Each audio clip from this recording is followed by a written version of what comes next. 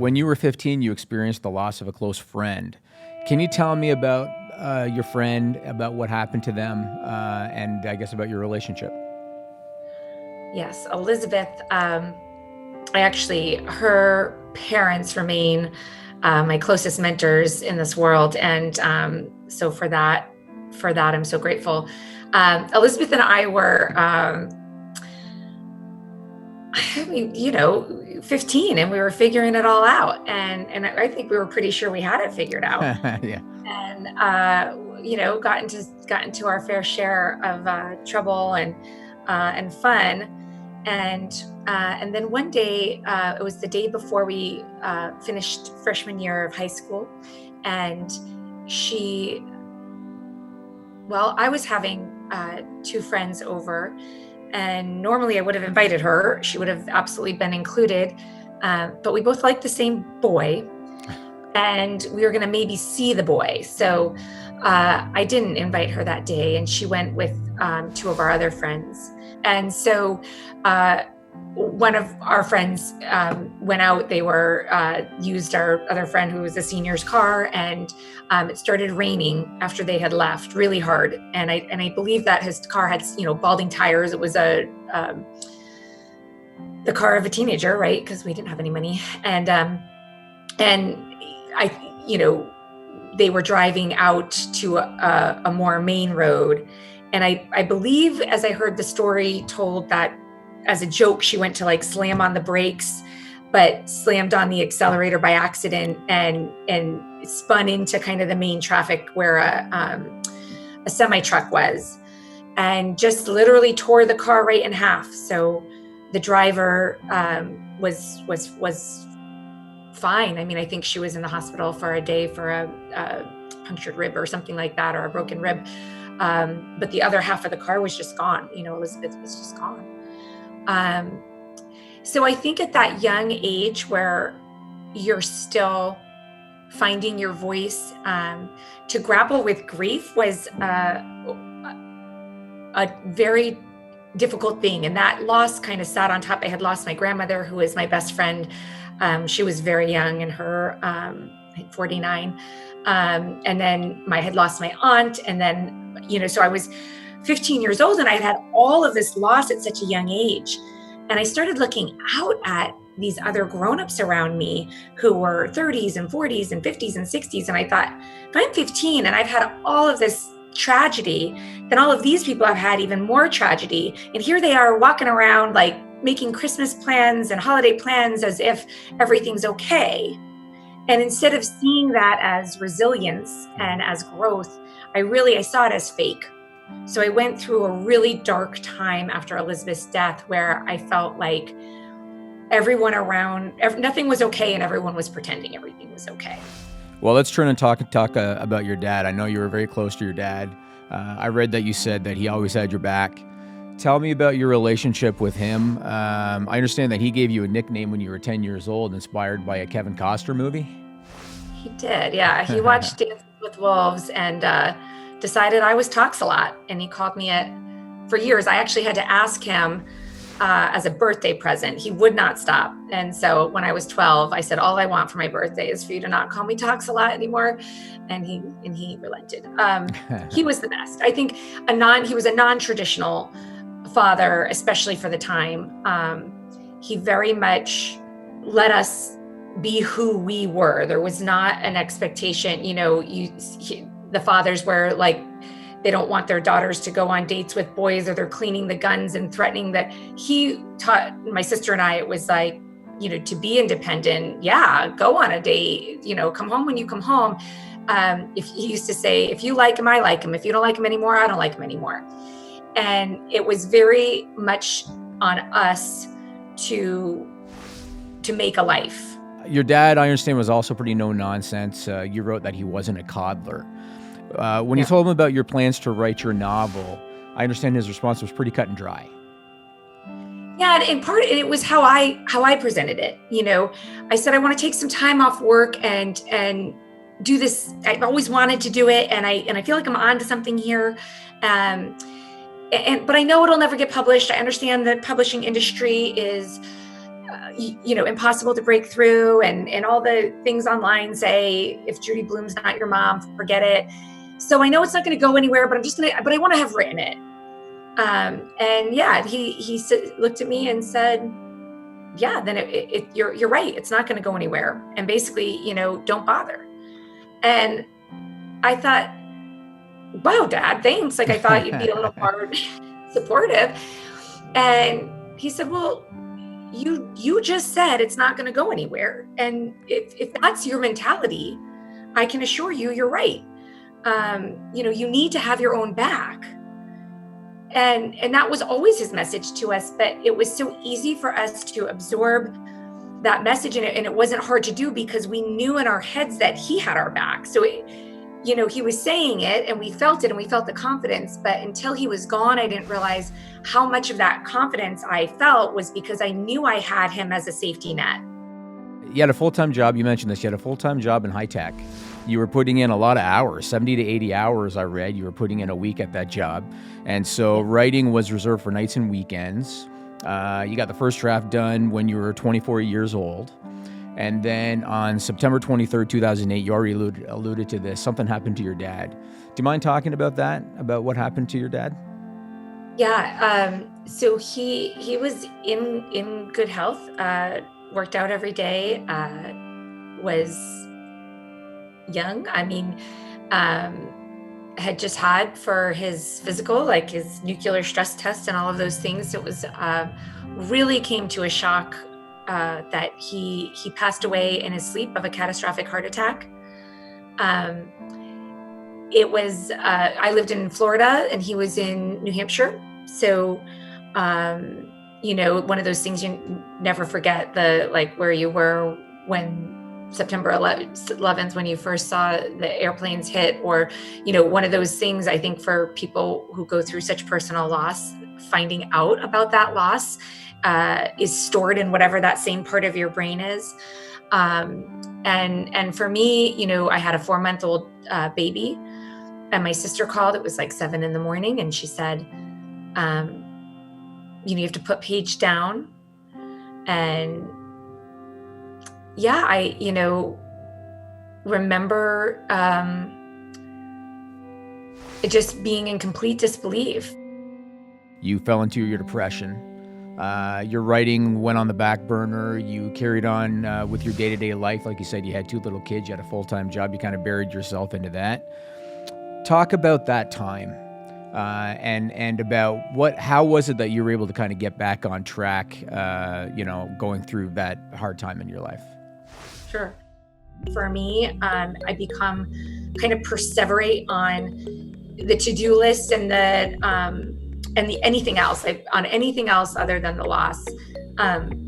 And so that time was a really productive work time for me. I completely stopped writing, went back to work where I knew more of my father's opinions, and we had worked together for a long time and had a lot of memories of him. And I think I just really felt him there. So even though I didn't like the day-to-day work, I was good at it. And I hadn't learned yet that being good at something doesn't mean you should do it. And it felt good to be good at something, right? You had control at a time when I felt very little control.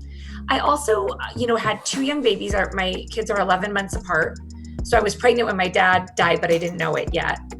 And so when I had these 2 young kids, and that also didn't feel like a great spot of control. I didn't have a lot of confidence as a mother when they were itty babies like that. And so work really became a huge part of my self-worth, really. And certainly the hours were there for that to be true.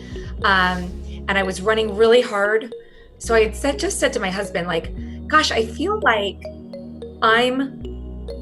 have all the same stuff my father had, and now I'm living his exact life of working 80 hours and all the stress and all of the stuff.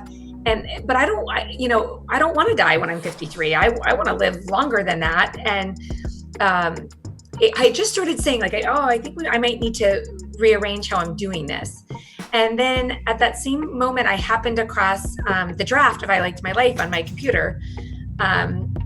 So this, you're talking about 7 years before that I had written it. And so when I started writing it and rewriting it and getting into that grief again and really sitting next to what I lost in my father, I decided to make some life changes. And it did take me 3 years to realize that I really needed to get serious about not just hiding. Hiding at work is what I did, but start thinking about what I want and what's best for me and my family, and then started making some big changes. So you have this high-tech corporate job, and you decided to quit your job. You had 2 little kids, and you decided, like you mentioned, that you just weren't happy. You were good at it, but you weren't happy. And your husband, I guess, you were fortunate that your husband's salary could cover the family. So you decided to quit your job. You changed your lifestyle. You used the term right-sizing. You said you right-sized your life. Tell me about that transition and about that decision, because I imagine that was probably exciting, but it was probably terrifying all at the same time. It was terrifying, but I remember I made dinner and I was gonna float it by my husband. It wasn't a decision that was made. We weren't sure that we could live on one salary. We had never done it before,